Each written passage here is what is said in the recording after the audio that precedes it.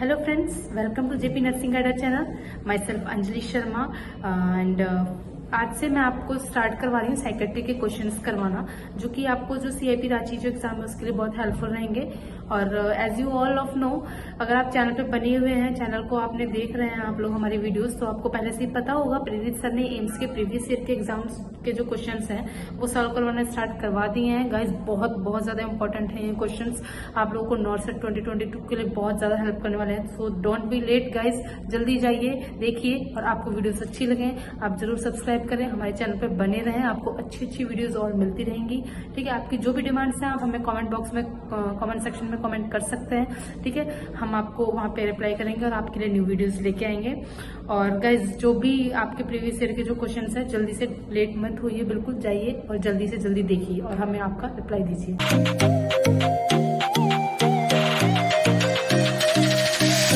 तो स्टार्ट करते हैं आपका ज़्यादा टाइम ना लेते हुए। फर्स्ट क्वेश्चन पे आते हैं, features of asthenic type of personality are.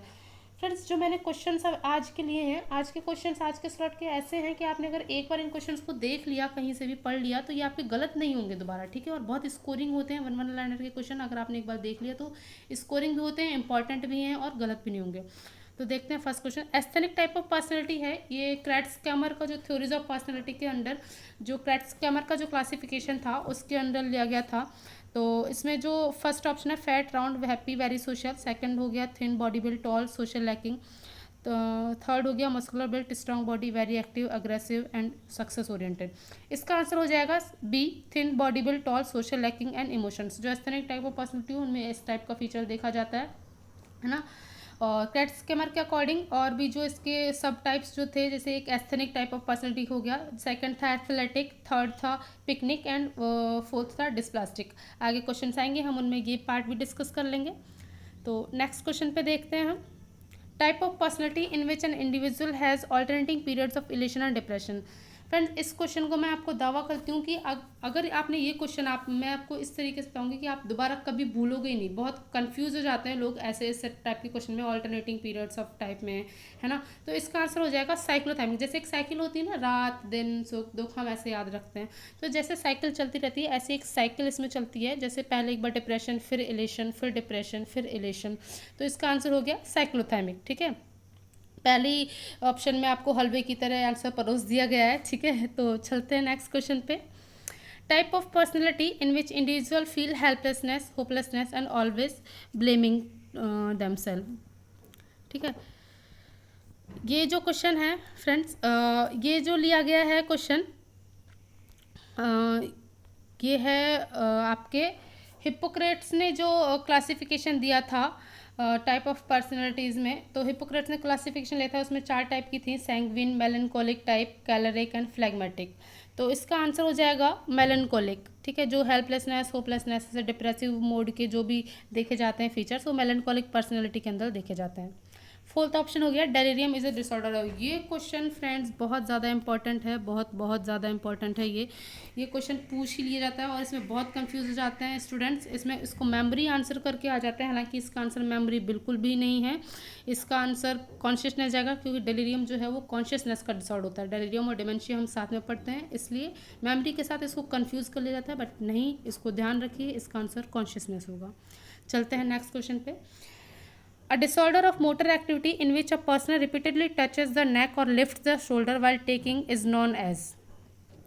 ये जो क्वेश्चन है फ्रेंड्स, इसके मैं आपको कुछ जो क्वेश्चंस हैं, सेट ऑफ क्वेश्चंस आपको करवाऊंगी। इसमें आपको आंसर कंफ्यूजिंग लगते हैं ना, एक दूसरे से बहुत कंफ्यूजिंग से क्वेश्चंस हैं, तो इसमें कंफ्यूज हो जाते हैं और गलत आंसर करके आ जाते हैं। इसका आंसर जाएगा मैनरिज्म। जो मैनरिज्म जो होता है, ये आपको होता है, आप मतलब जैसे महेंद्र सिंह धोनी का एग्जांपल ले सकते हो ना। जैसे मैनरिज्म जो, इसमें आपको अनकॉन्शियसली ना, आपको उसको पता नहीं रहता है कि हाँ मैं ये मतलब कर रहा हूँ, उससे अपने आप ऑटोमेटिकली वो चीज़ होती रहती है। जैसे बार बार नेक टच करना, है ना। जैसे महेंद्र सिंह धोनी जो बार बार अपना जो ये खोलता है रिस्ट का, जो ग्लव्स पहने हैं वो बार बार खोलते रहता है, बंद करता है। तो इसका आंसर हो जाएगा मैनरिज्म। ठीक है, नेक्स्ट क्वेश्चन पे चलते हैं friends, a disorder of motor activity. ये जो डिसऑर्डर है मोटर एक्टिविटी का डिसऑर्डर है, जो आप काम कर रहे हो ना वर्किंग एरिया उसमें। तो disorder of motor activity in which a person is aware of the stimuli but he tries to oppose this stimuli actively और पैसिवली इज नोन एज। तो इस क्वेश्चन जो इसमें क्या होता है, पर्सन आप एक्टिवली अपोज करता है ना स्टिमुलाई को, एक्टिवली या पैसिवली वो चाहता है कि ये मैं ना करूँ लेकिन फिर भी उससे ये होता है, फिर भी वो करता है इस चीज़ को। तो इसका आंसर हो जाएगा कंपल्शन। ठीक है, जो ऑब्सेसिव कंपल्सिव डिसऑर्डर जो हम पढ़ते हैं उसमें जो कंपल्शन होता है जैसे, तो इसमें पेशेंट जो है चाहता है कि वो ऐसा ना करे लेकिन फिर भी उससे ऐसा होता है। ठीक है, अपोज करने की कोशिश करता है लेकिन फिर भी होता है, तो कंपल्शन इसका आंसर हो जाएगा। नेक्स्ट क्वेश्चन पढ़ते हैं, which of the following mental disorder is characterize by stereotype movement. Stereotype movement होता है जैसे एक ही जैसे मूवमेंट में रहना, जैसे वर्किंग है तो वर्किंग में, बैठे हैं तो एक ही जगह बैठे रहना। तो कैटाप्लेक्सी जो है इसमें बी जो ऑप्शन है ये इसका आंसर हो जाएगा cataplexy.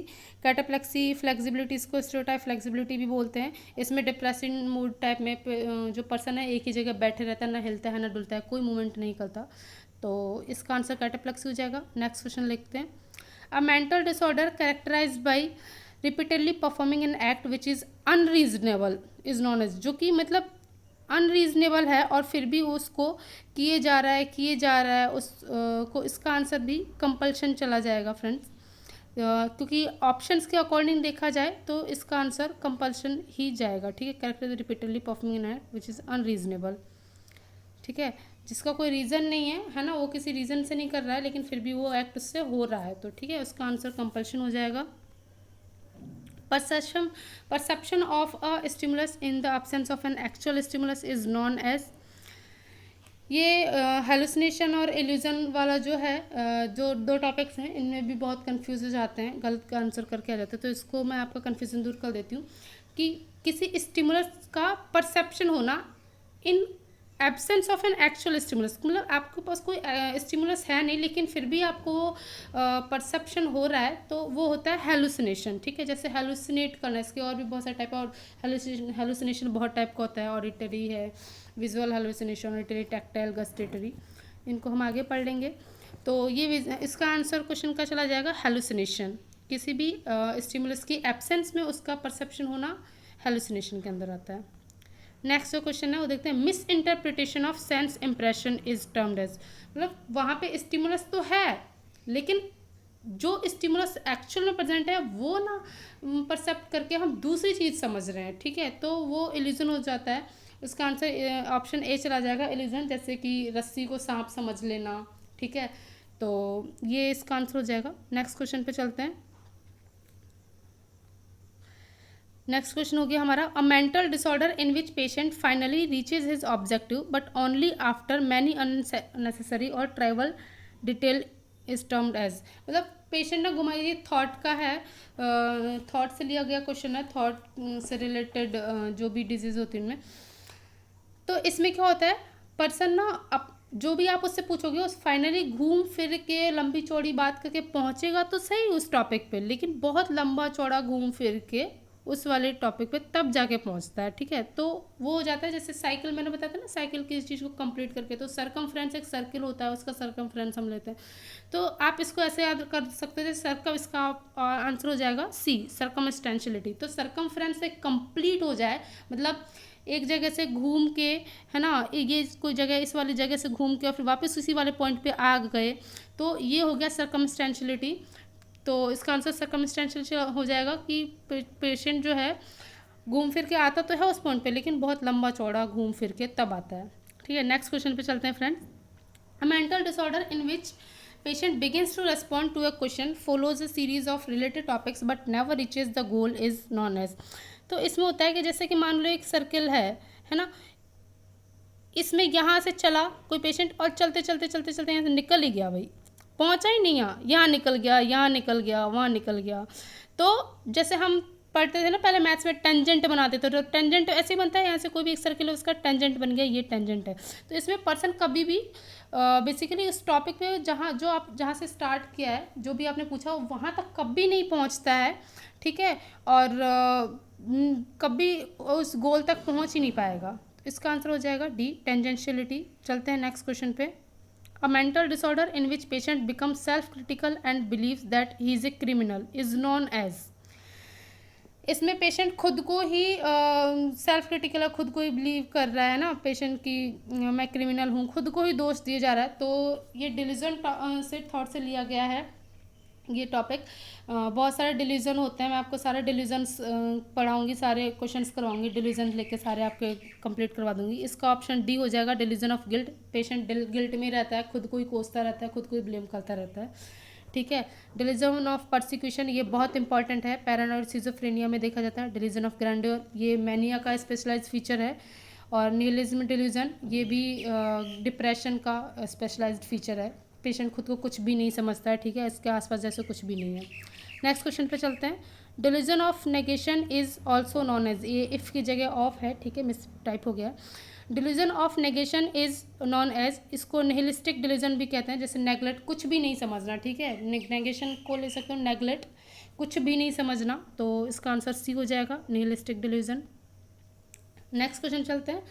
N unpleasurable reaction to an unimagine danger is known as. देखो ये आगे के 2-3 क्वेश्चन ऐसे हैं जो कंफ्यूजिंग है थोड़े, है ना, आप इनको एक दूसरे से कंफ्यूज ना करें। अनप्लेजरेबल रिएक्शन टू ए अनइमेजिन डेंजर, मतलब आपके सामने वो डेंजर रियल में नहीं है, आप उस चीज़ को सोच रहे हो, है ना, फ्यूचर में कि अगर ऐसा हो गया तो क्या हो गया, ठीक है, ऐसा हुआ तो ऐसी जो होती ना, इसका ऑप्शन चला जाएगा बी, एंजाइटी। किसी भी फ्यूचर सिचुएशन को लेके सोचना कि क्या हो जाएगा फ्यूचर में, है ना, इसको लेके तो हमें एंजाइटी होने लग जाती है ना बहुत सारी चीज़ के लिए, कि यार ऐसा हो गया तो क्या होगा, कैसे रहेंगे, क्या करेंगे। तो किसी चीज़ को जो अनइमेजिन, जो अभी तक हमारे सामने हुआ नहीं, घटित नहीं हो, उस चीज़ को लेके करना, तो एंजाइटी इसका आंसर सही हो जाएगा, फ्यूचर चीज़ को लेके, अनइमेजिन डेंजर को लेके। सेकंड है an unpleasurable reaction to a real और थ्रेटन सिचुएशन, मतलब वो सिचुएशन रियल में प्रेजेंट है, आपके सामने अचानक से शेर आ जाए, आपके सामने अचानक से सांप आ जाए, है ना, आपके सामने अचानक से कोई सिचुएशन ऐसी आ जाए जिससे आपको डर लग जाए, तो डर, इट लीड्स टू फियर, तो इसका आंसर ए हो जाएगा, फियर, ठीक है। कोई आपके सामने रियल में कोई थ्रेट है तो उसका उससे अगर आपको अनप्लेजरेबल रिएक्शन दे रहे हो आप, तो उसका आंसर फियर हो जाएगा। और अगर अनइमेजिन डेंजर है जो कि फ्यूचर में होने वाला है, तो उसका आंसर एंजाइटी हो जाएगा।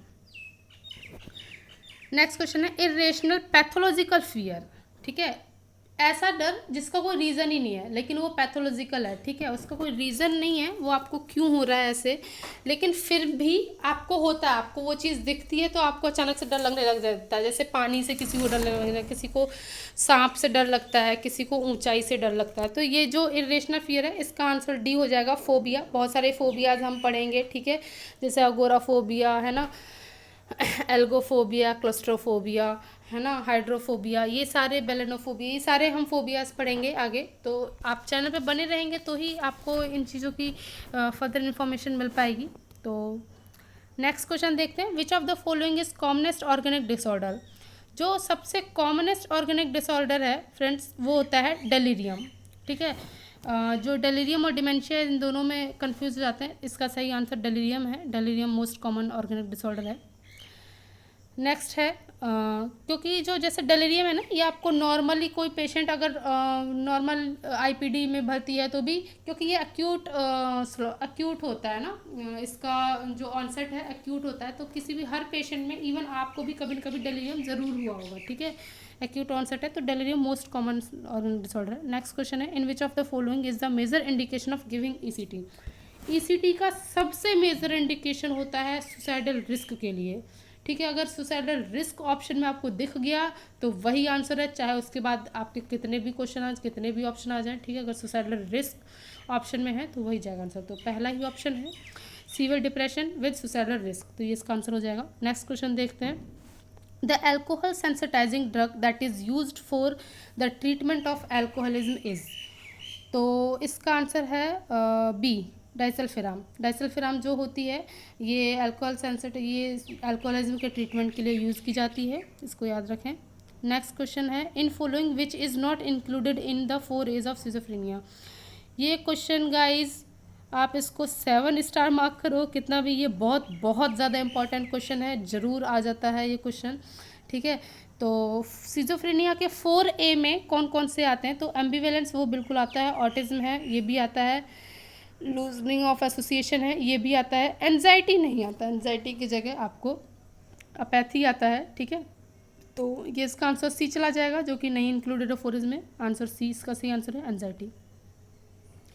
नेक्स्ट है most severe withdrawal symptom of alcohol is, तो इसका आंसर है डेलिरियम ट्रीमेंस। ठीक है, डेलिरियम ट्रीमेंस है जो ये इसका मोस्ट सीवियर विड्रॉल सिम्टम होता है अल्कोहल का। विड्रॉल सिम्टम जो अल्कोहल के आते हैं उनमें डेलिरियम ट्रीमेंस, ये इसका ए ऑप्शन सही है। सेकंड लास्ट क्वेश्चन है ये हमारा, stage of mania which is characterize by intense sense of happiness is. ठीक है, तो मैनिया की जो स्टेजेस हैं 4 स्टेजेस होती हैं, जैसे यूफोरिया, फर्स्ट स्टेज होती है euphoria, second elation, third ecstasy and fourth होता है एक्सल्टेशन। तो इंटेंस सेंस ऑफ हैप्पीनेस है वो इलेशन में होता है। ठीक है, यूफोरिया में आपको मैनिया मूड हल्का फुल्का हैप्पीनेस फील होगा, है ना, आपको हल्की फुल्की खुशी खुशी महसूस होगी। ठीक है, बी में इंटेंस सेंस ऑफ हैप्पीनेस होती है। एक्टेसी में आपको बहुत ज़्यादा रेकलेस ड्राइविंग, है ना, आप खुशी के मारे पैसे उड़ाना, ऐसे खुशी से ड्राइविंग करना, ये सब होता है। और एक्सल्टेशन होता है डिल्यूजन ऑफ ग्रैंडर आ जाता है, मतलब किसी को मैं ही भगवान हूँ, मैं ही सर्वा हूँ और कोई कुछ नहीं है, ये वाली फीलिंग आ जाना। ठीक है, तो ये आज का हमारा सेशन खत्म होता है। तो फ्रेंड्स आपको कैसे लगे क्वेश्चन, आई होप आपको सारे क्वेश्चंस अच्छे लगे होंगे, सारे क्वेश्चंस मैंने अच्छे लिए हैं। ठीक है, आप चैनल पर आगे बने रहें, और भी आपको आगे अच्छे ऐसे क्वेश्चंस करवाएंगे। ये मैंने 1 लाइनर क्वेश्चंस लिए थे, आपको मैं प्रैक्टिकल अप्लाइड बेस्ड क्वेश्चन से भी करवाऊँगी। ठीक है फ्रेंड्स, तो आप बने रहें, we are not done yet, and so stay tune to our channel, more upcoming videos are to be continue in next part. हाँ, तो friends hope you all liking और वीडियोस, और अगर आपको हमारी वीडियो अच्छी लग रही है तो कमेंट करके हमें कमेंट सेक्शन में ज़रूर बताएं। अगर आपकी कोई क्यूरी है तो वो भी हमें कमेंट सेक्शन में बताएं, हम आपकी सारी क्यूरीज दूर करेंगे वीडियोस बना के। ठीक है, और अगर हमारे चैनल पे आप लोग नए हैं गाइस, तो जल्दी से जल्दी जाइए, चैनल को सब्सक्राइब करिए और बेल आइकन को दबाना बिल्कुल ना भूलें, ताकि आप अपडेटेड रहें फॉर मोर न्यू अपडेट्स। और गाइज हम आप लोगों के लिए ऐसे ही मेहनत करते रहेंगे, और आप लोग बस चैनल पर बने रहिए। Thank you, hope you all the best.